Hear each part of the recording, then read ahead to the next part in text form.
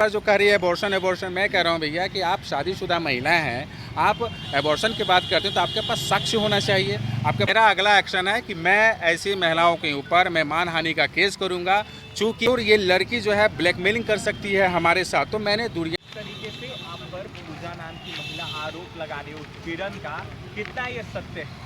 देखिए, आरोप तो कोई भी लगा सकता है, बेबुनियाद भी लगा सकता है और झूठा आरोप लगा सकता है। जहाँ तक उस लड़की का सवाल है, उसका शादी जो है 2010 में हुई थी, उसकी एक बेटी भी है 12 साल के लगभग। वो घर से भागी हुई लड़की है और जिसके साथ भागे थे वो अपने प्रेमी के साथ भागे थे, जिसका साक्ष्य हमारे पास है। मैंने जब कोर्ट से निकाला था 15/2020 कांड संख्या है, इसमें साफ तौर पर लिखा है कि ये जो है पत्नी न्यायालय में अपने प्रेमी अमरिंदर के साथ जो है स्थिति में देखी गई। पेपर दिखाइए। ये पेपर है, आप देख सकते हैं यहाँ पे। ये पहले भी इसी तरह कई लोगों के साथ ये घूमती फिरती नज़र आई थी, जिसके पति राकेश कुमार जी ने पिरबहोर में कंप्लेंट दर्ज किया था, अरेस्टिंग हुए थे, फिर बॉन्ड पे छोड़ा गया था। अब बात जो है हमारे ऊपर जो एलिगेशन लगाया जा रहा है, मैं कहता हूँ कि मैं न्यायालय और कानून का मैं सम्मान करता हूँ। मैं एक युवा हूँ और मैं ये भी संदेश देना चाहूँगा साथ में कि ऐसी महिलाओं से आप लोग भी दूर रहें।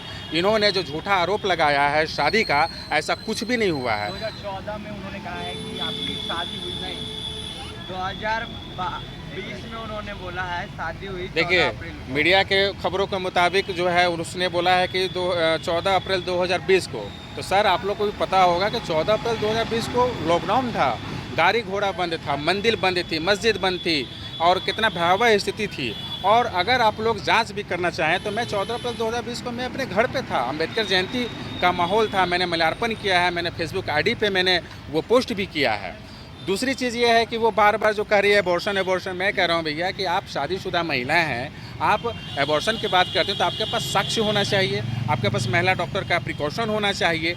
एक्चुअली क्या है बात कि जब मुझे पता चला कि ये महिला शादीशुदा है और 10-12 साल की बेटी भी है, और जब पता चला कि ये अपने प्रेमी अमरिंदर यादव के साथ भागी हुई लड़की है, उस समय जब मुझे अचानक पता चला तो मुझे शक हुआ कि ज़रूर ये लड़की जो है ब्लैकमेलिंग कर सकती है हमारे साथ। तो मैंने दूरियां बढ़ाने लगी, मैंने बोला भी कि मैं आपके संपर्क में नहीं रह सकता। आपने जो भी मदद मांगा मैंने किया। एक मजबूर महिला का आपने बताया कि मेरा पति मारता था, पीटता था, मेरा कोई नहीं है, ये सारा चीज़ इन्फॉर्मेशन भी इसमें दिया हुआ है कि अपने घर में भी नहीं रहती, इसका पति से लेकर इसका माँ बाप भी जो है ये नहीं रखना चाहता है। मैंने उस एवज़ में मैंने इनका मदद किया। इनके परिवार में इनके माता पिता का तबीयत खराब होता था तो ये बार बार बोलती थी कि मेरा भाई जेल में है, क्योंकि उसका छोटा भाई जो है वो बाइक चोर है। बेउर थाना में आप देखेंगे बाइक गिरोह का जो पेपर में कटिंग होगा उसके भाई का नाम होगा, हमेशा जेल में, अभी भी वो जेल में ही है। तो जब भी कुछ समस्या होती थी तो बूढ़े माँ बाप हैं फ़ोन कर लेते थे कि डायबिटीज़ है, आप किसी डॉक्टर से दिखवा दीजिए। तो मैं उस एवज़ में मदद करने जाता था।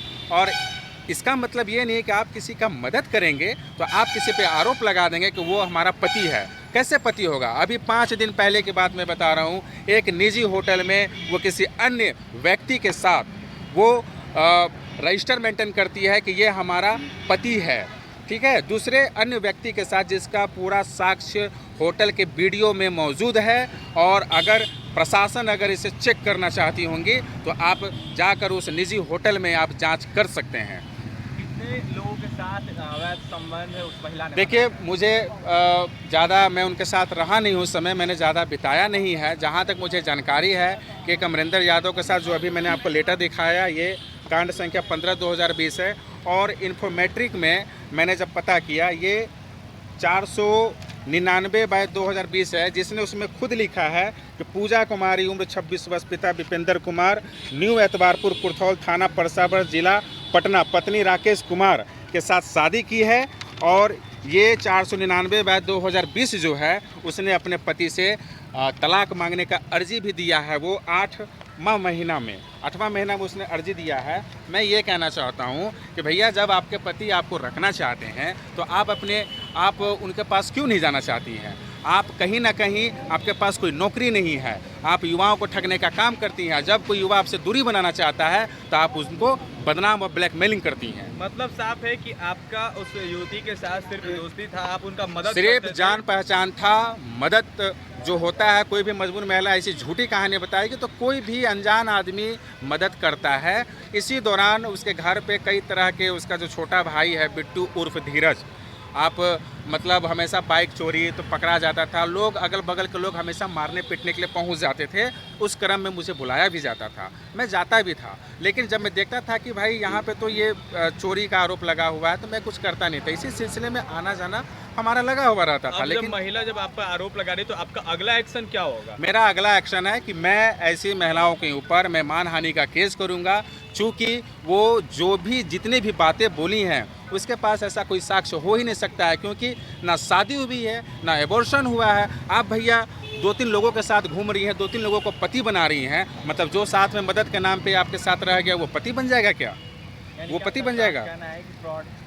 बिल्कुल ऐसी महिला को हम लोग इस नाम से, फ्रॉड के नाम से जाना मतलब आप कह सकते हैं। लेकिन मैं महिलाओं का सम्मान करता हूं और मैं न्यायालय का भी सम्मान करता हूं, कानून का भी सम्मान करता हूं कि अगर उस महिला के पास, जो पूजा कुमारी है, अगर उसके पास ऐसा कोई साक्ष्य है तो आप कानून का सहारा लें, आप न्यायालय का सहारा लें। आप मीडिया में, सोशल मीडिया में, फेसबुक के जरिए फर्जी आईडी हमारे नाम का बनाकर वो खुद अपना वीडियो वायरल कर रही हैं। तो इसका मकसद क्या था? मकसद था मुझे बदनाम करने का। अगर आपका राइट बनता है, आप अगर आप सही हैं तो आप सहारा लेते हैं ना, कानून का सहारा लेते हैं। आप मीडिया में मेरे घर वालों को मानसिक प्रताड़ित किया जा रहा है, घर पे जाया जा रहा है, और किसी भी मीडिया में वो लड़की छुपा के, किसी भी लड़की वो जो है किसी भी मीडिया में छुपा कर ये रख रही है कि मैं शादीशुदा नहीं हूँ, मेरी बेटी नहीं है। वो सीधे कहती है कि मंटू मेरा पहला पति है। तो मैं कहता हूँ अगर मंटू मेरा पहला पति है तो ये क्या है? ये क्या है कि यह क्या आवेदिका शादी हिंदू रीति रिवाज के अंतर्गत 6/6/2010 दिन रविवार को आवेदिका का पैतृक स्थान से दोनों पक्षों के सभी संबंधों को उपस्थित संपन्न हुई थी। ये क्या है? ये खुद इसमें मेंशन किया हुआ है कि ये 6/6/2010 को शादी की है अपने पति के साथ, जो कि भाग कर रह रही है, जो कि भाग कर रह रही है। तो मैं यही, पति से के साथ नहीं रह रही है, भाग के रह रही है, भाग के रह रही है अपने ससुराल में। देखिए इन्फॉर्मेशन भी देखिएगा, डायरेक्ट कहते हैं कि मेरे माँ बाप नहीं रखना चाहते हैं, मेरे माँ बाप नहीं रखना चाहते हैं, पति मारता पीटता है, और ऊपर से ये 2-3 लोगों के साथ घूमती है। तो भैया मैं ये कह रहा हूँ कि अगर आपके पास साक्ष्य तो आप न्यायालय में जाइए ना। आप मुझे बदनाम करने की कोशिश क्यों कर रही हैं? उस वीडियो से हो सकता है मैं आत्महत्या कर लूं, क्योंकि हमारी इज्जत को ठेस पहुंचाया जा रहा है। अभी हाल फिलहाल में मैं आपको बता दूं, उसने कई मीडिया में बोला कि वो मेरे साथ सोया हुआ है। आप हाजीपुर, वैशाली, भगवानपुर थाना में जाएं, 2-3 महीना पहले ये लड़की वहाँ नशे की हालत में रोड पे गिरी भी पाई हुई थी, और वो भी मैटर जो है वहाँ भगवानपुर थाना में दर्ज है इसके नाम पे। मैं कहना चाहता हूँ जब मिलने भी जाता था तो पता नहीं क्या था, नहीं था, वीडियो बना लिया जाता था। मैं पूछता कि वीडियो क्यों, तो नहीं ऐसे ही बनाया गया है। मैं खुला विचार का था, मैंने उनका मदद किया, लेकिन मैंने शादी, एबॉर्शन, ये जितनी भी बातें आप लोग सुन रहे होंगे उस लड़की के मुंह से, ये बिल्कुल गलत, झूठ और बेबुनियाद है।